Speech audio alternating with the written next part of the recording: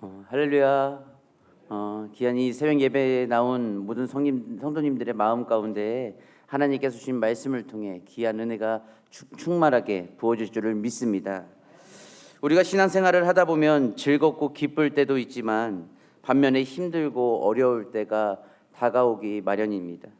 아무 문제가 없을 때는 믿음을 가지고 잘 걷는 것 같다가도 이 문제가 들이닥치면 어디로 갈지 또한 무엇을 선택해야 할지 주춤되는 우리의 모습을 발견할 때가 있다는 것이죠.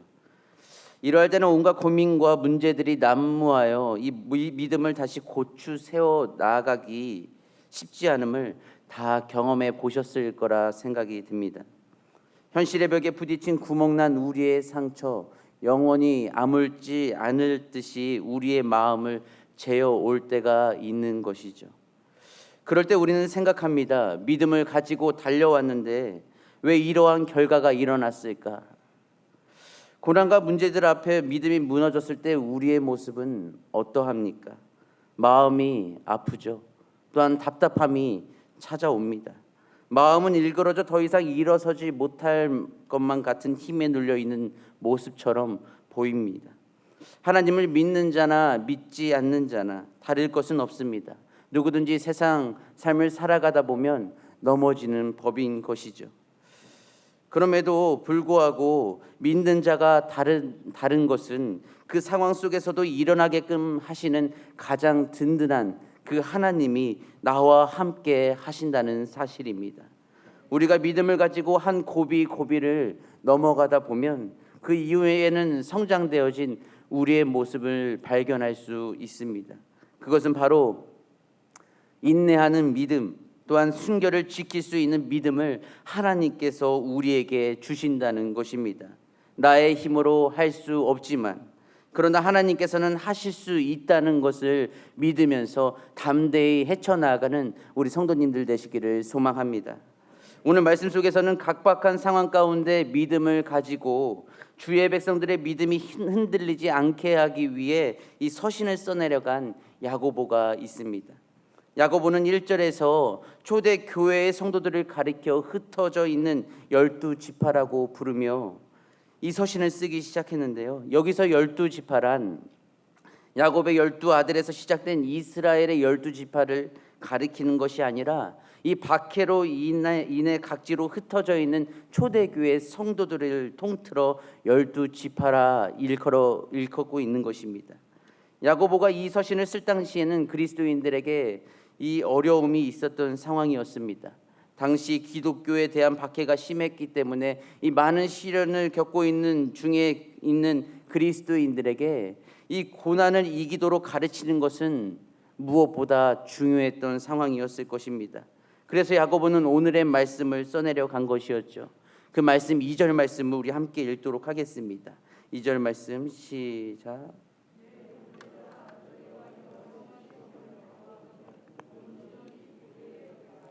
아멘. 첫 번째는 시험을 당하거든 온전히 기쁘게 여기라입니다.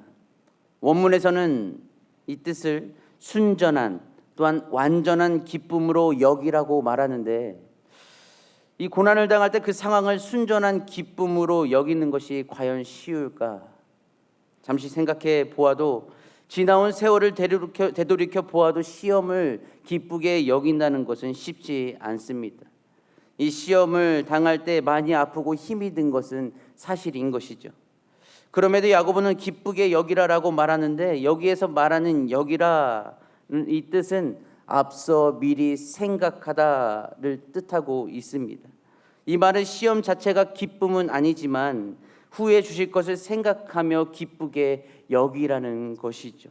시험과 고난이 나를 힘들게 할 수는 있으나 이 고난을 통해서 하나님께서 나를 단련하신다는 것을 생각한다면 고난이 꼭 나쁜 것만이 아니기에 기쁘게 여길 수 있다는 것입니다. 제가 며칠 전에 그 집에서 그 구멍이 난 곳이 있어서 이 실리콘을 사다가 그것을 쏘려고 이젠 실리콘의 앞에 있는 뚜껑을 칼로 이렇게 자르기 시작했습니다. 근데 이제 칼날이 오래돼서 이제 새 칼날로 바꿔서 이제 해야 되겠다 하고선 이젠 바꾸고서 이제 안쪽으로 칼질하다가 저도 모르게 이게 빗나가서 손을 깊숙이 팍 들어갔다가 한번 나왔는데 괜찮겠지 하다가 흰 속살이 조금씩 보이면서 빨간색이 조금씩 보이기 시작하더라고요. 그래서 순간 말씀을 이제 본문을 생각했는데 그 이곳에서 이제 내가 기쁘게 여길 수 있을까 이제 좀 보면서 생각을 했는데 나 피나서 기쁘다 이렇게 얘기하면은 제 아내가 저를 뭐라고 생각할까요? 미쳤다고 생각하지 않을까. 그래서 저는 바로 이게 칼이 들어간 순간 피가 나오는 것을 보고 바로 가서 이제 시딘을 바르고 약을 바른 다음에 이것을 보면서 이렇게 이거 아픈데 이거 어떻게 감사할 수 있지? 라는 좀 의문점이 들면서 갑자기 담임 목사님께서 말씀하셨던 이 감사하는 회로를 계속 훈련해야 된다라는 것을 생각하면서 이 정도만 된 것이 감사하다라는 것이 저도 모르게 다시금 이거 훈련되는 시간이 되었습니다. 이 고난이 그 당시는 너무 힘들고 작지만 또 아프지만 그럼에도 불구하고 감사할 수 있도록 생각하게 하신 것이 이것이 하나님께서 주신 지혜가 아닌가라는 것을 생각하며 다시 되돌아보게 되었는데요. 우리는 이러한 자그마한 일부터 큰 일까지 어떠한 상황이 올지라도 때로는 이 감사의 회로를 돌릴 수 있게 하시는 하나님의 지혜가 반드시 그 때를 따라 주신다는 것을 우리 잊지 마시기를 소망합니다. 책에서 읽게 된 한 김미자라는 분의 간증문이 있었는데요. 그 내용이 이렇습니다. 어린 시절부터 교회는 다녔지만 예수님의 십자가 사랑이 크게 와닿지 않았습니다. 예수님은 신이니까 그렇게 하실 수 있었겠지 하며 성경을 덮어놓고 믿던 제게 어느 날 말씀이 믿어지는 사건이 찾아왔습니다.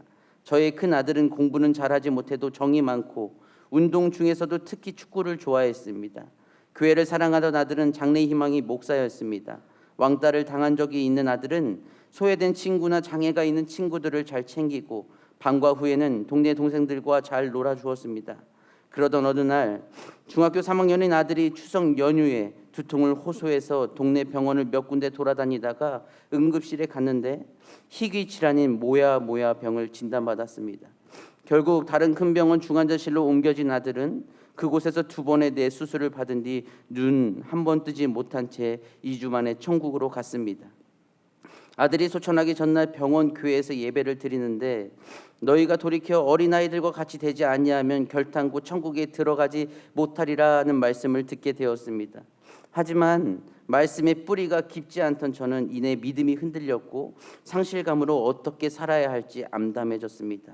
게다가 아들이 가기 전에 소아암에 걸린 딸을 노심초사하며 간호하다가 투병을 마친 지 얼마 안 된 터라 연이은 아들 사건은 더욱 이해되지 않았습니다. 그렇게 이리가 양을 해치는 것처럼 불안과 우울로 힘든 시간을 보내고 있을 때 지인을 통해 자녀 고난의 아픔을 편히 내어놓을 수 있는 교회로 저를 인도해 주셨습니다. 이후 저는 교회 울타리 안에서 지체들의 보살핌을 받으며 마음껏 꼴을 얻을 수 있었고 큰 위로를 경험했습니다. 무엇보다 양육을 받으며 가족 우상과 세상에서 성공만을 바라던 저의 기복신앙을 회개하게 되었고 어느 때보다 천국을 소망하며 평안을 누리게 하셨습니다. 이것이 한 큐티 책에 있는 간증문을 제가 보게 돼서 소개되었는데요. 사람들마다 처해 있는 환경은 다르고 아픔이 다른 그 상황 속에서 어떻게 감사할 수 있는가라는 것을 질문을 할 수 있을 것입니다. 그럼에도 불구하고 이 분이 믿음이 그때에는 작았지만 이후에 다른 지인을 통해서 교회로 왔을 때 하나님께서 새로운 회복과 다시금 일어설 수 있는 믿음의 통로를 여셨다는 것을 감사함으로 느끼는 이의 고백이 느껴지는데요. 여러분은 어떠한 상황에 놓여 계십니까? 이루 말할 수 없을 정도로 아픔이 있지만 묵묵히 하나님 안에서 걸어가고 계시지 않습니까? 그러나 그 상황 속에서도 우리는 낙담하지 마시고 이후에 우리 가정을 통해 자녀를 통해 또한 사업을 통해 이루어 가실 일들을 기대하며 감사의 고백을 이루어 가시기를 바랍니다. 왜냐하면 이 믿음의 선포는 그 고난 믿음의 선진들도 이 고난 속에서 그 모든 하나님의 일하심을 기대하며 선포했기 때문입니다. 앞서 미리 생각하며 선포했던 한 사람은 욥이었습니다. 그는 이렇게 고백합니다. 그러나 내가 가는 길을 그가 아시나니 그가 나를 단련하신 후에는 내가 순금같이 나오리라. 욥의 상태는 어땠습니까? 처절했습니다. 욥은 자신의 고난을 기쁨으로 간주하지는 않았지만 확실히 시련 후에 찾아올 기쁨을 고대하고 있었습니다. 시험 후에, 고난 후에 반드시 하나님께서 이 책임져 주신다는 그 확신의 고백이 있었던 것이었죠. 이뿐 아니라 예수님도 자신의 고난 이후에 있을 일을 기대하며 기도하셨습니다. 히브리서 12장 2절 말씀은 이렇게 말씀합니다. 그 앞에 있는 기쁨을 위하여 십자가를 참으사 부끄러움을 개의치 않으시더니 하나님 보좌 우편에 앉으시니라. 그렇습니다. 우리의 현재 상황이 답답하고 앞이 캄캄하고 원하는 대로 풀리지 않고 시험대에 올라와 있는 것 같을지라도 이후 앞으로 나를 변화시키고 이루어 가실 하나님을 기대하며 기쁘게 여길 수 있어야 하는 것입니다. 순전한 마음으로 기쁘게 여기며 나아갈 때 우리에게 어떠한 유익이 있을까? 그 유익은 바로 3절에서 말씀하는데요. 이 3절은 이렇게 말씀합니다. 이는 너희 믿음의 시련이 인내를 만들어내는 줄 너희가 알미라. 두 번째는 바로 믿음의 시련이 인내를 만든다라는 것입니다. 믿음의 시련이 인내를 만들어냅니다. 믿으십니까? 그런데요, 이 인내를 이루어야 하는데 이유가 따릅니다. 4절 말씀, 우리 4절 말씀을 함께 읽도록 하겠습니다. 시작.